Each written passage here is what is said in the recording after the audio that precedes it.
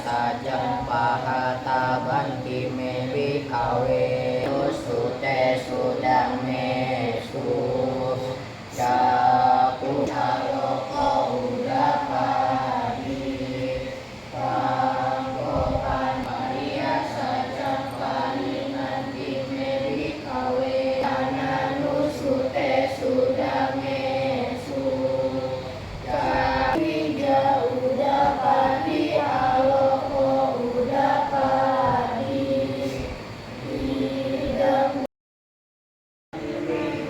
udapadi aloko udapadi pangopani gandukani rodo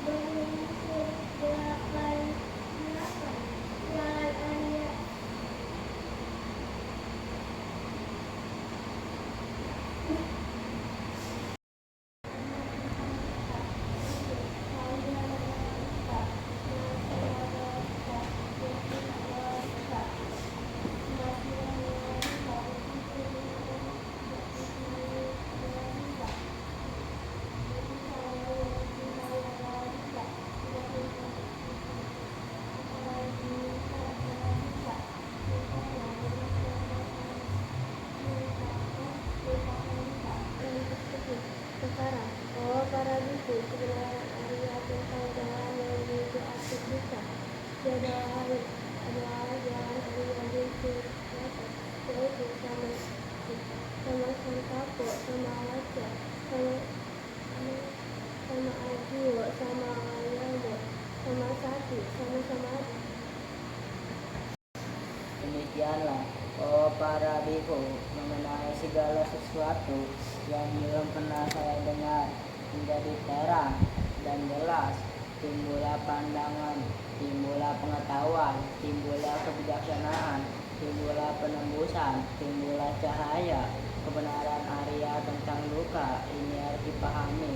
Demikianlah, oh para biku, mengenai segala sesuatu yang belum pernah saya dengar menjadi terang dan jelas. Saya dengar menjadi terang dan jelas. Timbullah pandangan, timbullah pengetahuan, timbullah kebijaksanaan, timbullah penembusan, timbullah cahaya. Inilah kebenaran Arya tentang asal mula duka yang harus dilenyapkan. Demikianlah, oh para biku, mengenai segala sesuatu yang belum pernah saya dengar menjadi terang dan jelas. Timbullah pandangan, timbullah pengetahuan, timbullah kebijaksanaan, timbullah penembusan, timbullah cahaya. Inilah kebenaran Arya tentang asal mula duka yang telah dilenyapkan. Demikianlah, oh para biku, segala sesuatu yang belum pernah saya dengar menjadi terang dan jelas. Timbullah pandangan, timbullah pengetahuan, timbullah kebijaksanaan, timbullah penembusan, timbullah cahaya. Inilah kebenaran Arya tentang akhir duka yang harus dicapai. Demikianlah, oh para biku, kebijaksanaan, timbullah penebusan, timbullah cahaya. Inilah kebenaran Arya tentang jalan menuju akhir duka yang harus dikembangkan. Demikianlah, oh para biku, mengenai segala baik oleh seorang samana, brahmana, dewa mara, Brahma, maupun oleh siapapun juga di alam semesta ini. Demikianlah pada saat itu juga, seketika itu juga, dalam waktu yang sangat singkat, suara itu menembus alam Brahma, alam semesta ini dengan laksana alam tergugah dan bergoyang disertai bunyi gemuruh dan cahaya yang bilang gemilang yang tak terukur melebihi cahaya dewa terlihat di dunia.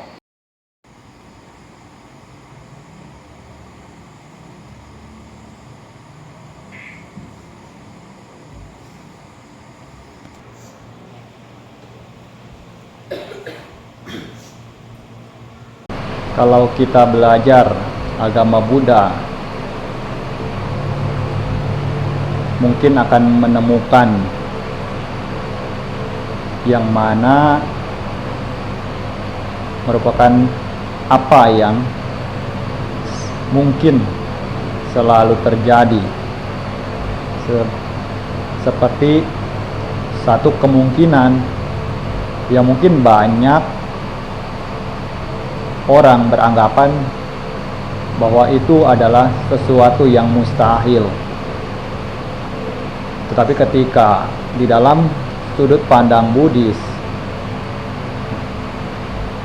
segala sesuatunya mungkin saja dapat untuk terjadi jikalau sebab-sebabnya itu mendukung. Jadi dalam hal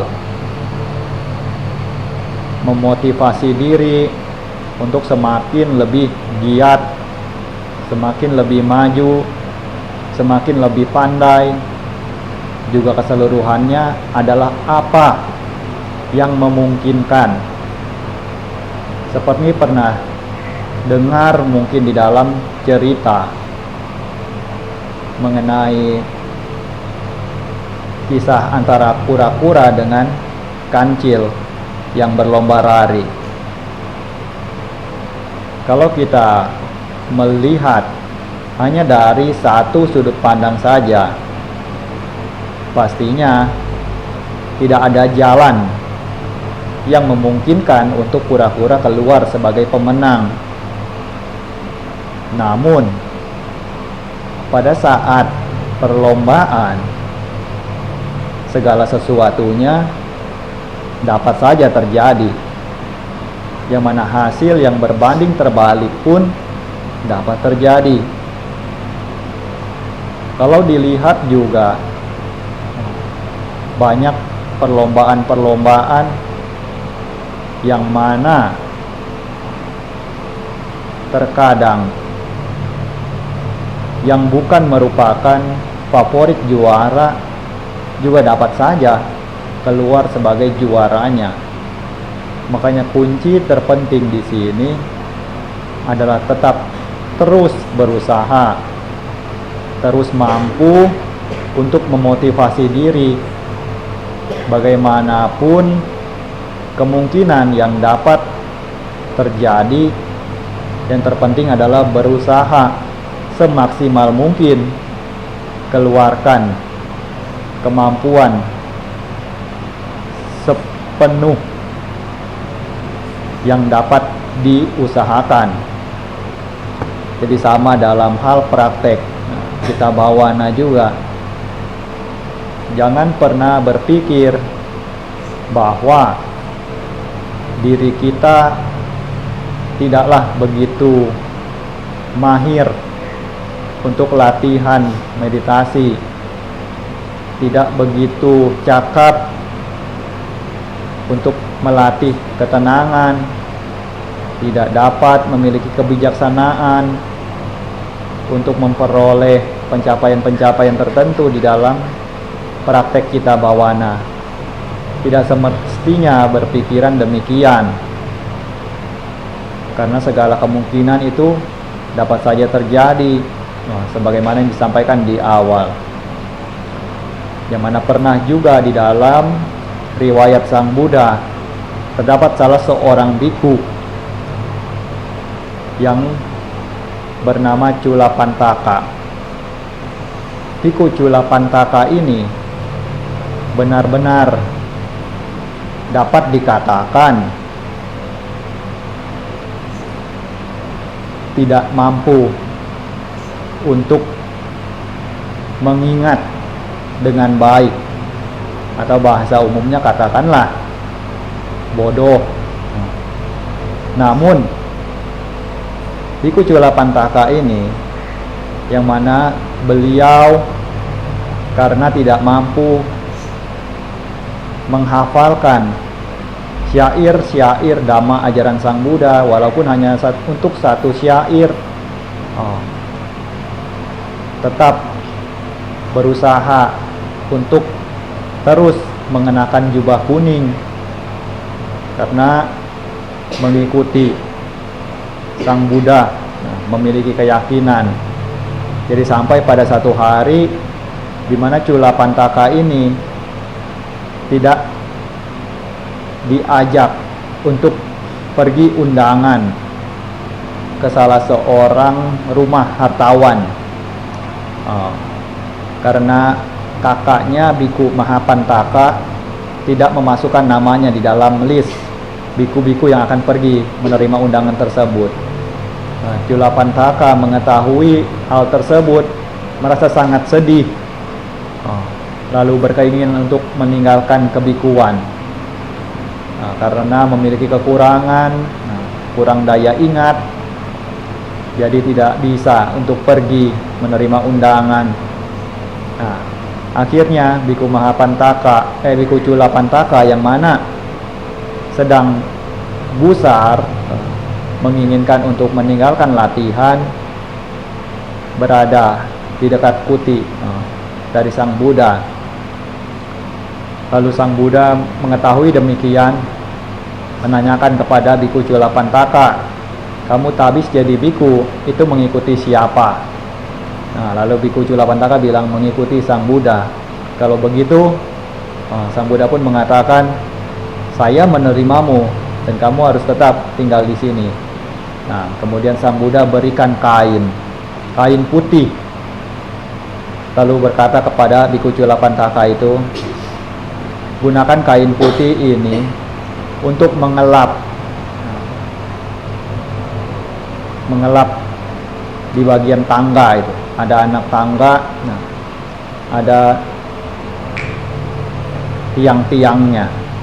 Diminta oleh Sang Buddha untuk lap sambil mengatakan Rajo Haranang,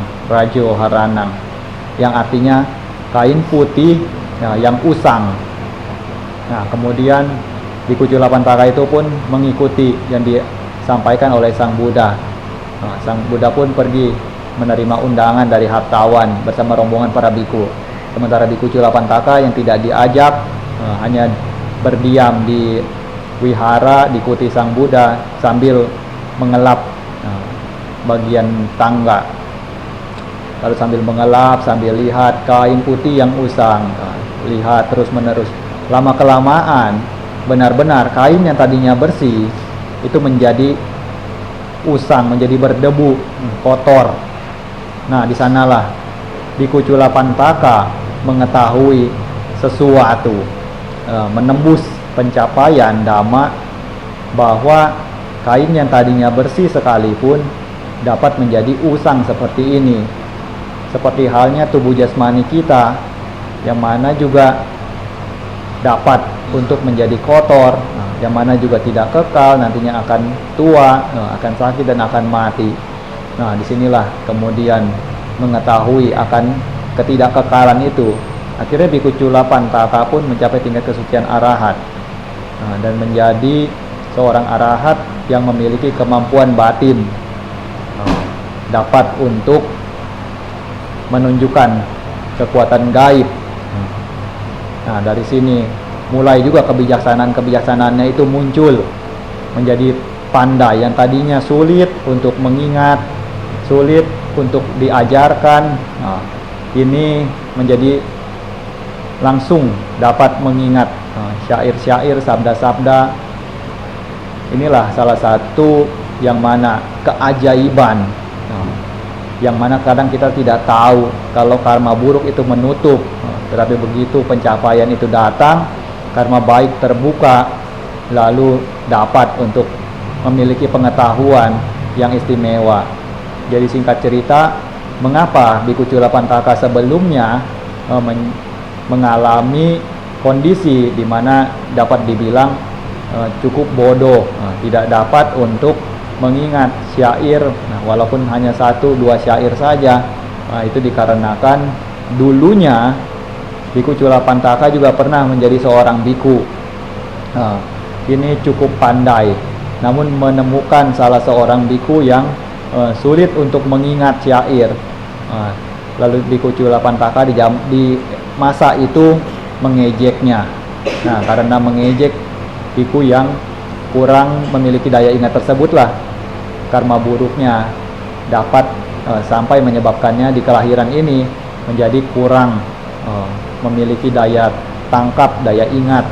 Tapi setelah mencapai tingkat kesucian arahat, kesemua itu hilang seketika secara ajaib. Nah, inilah salah satunya yang mana di dalam Buddha Sasana kita juga perlu yakini bahwa segala sesuatu yang mungkin kita akan mengatakan itu sebagai apa yang mustahil, tapi jika sebab-sebabnya itu memang sudah cukup, sudah mendukung, maka tidak ada apapun yang tidak mungkin. Orang yang mungkin bisa dibilang sulit untuk mengingat pun dapat menjadi pandai, dapat menjadi cerdas, dapat menjadi bijaksana.